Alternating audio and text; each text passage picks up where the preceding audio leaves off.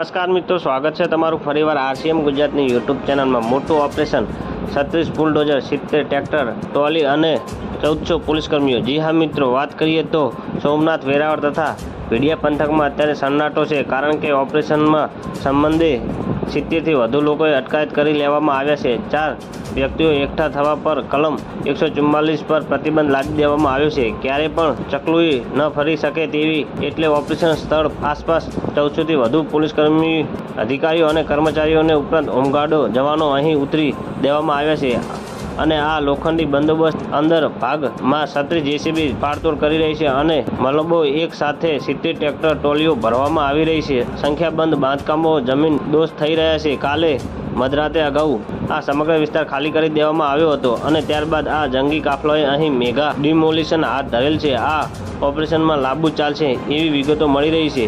જોકે અહીંયા મીડિયા કર્મચારીઓને આવા પર પ્રતિબંધ લગાવી દેવામાં આવ્યો છે। એમ માનવામાં આવે છે કે અહીં આગામી સમયમાં સોમનાથ મંદિરનો કોરિડોર નિર્માણ કાર્ય વિસ્તારવામાં આવશે। તો મિત્રો, ન્યૂઝની સતત જાણકારી મેળવવા માટે અમારી ચેનલને લાઇક, શેર અને સબસ્ક્રાઈબ કરી લેજો। ધન્યવાદ। જય હિન્દ।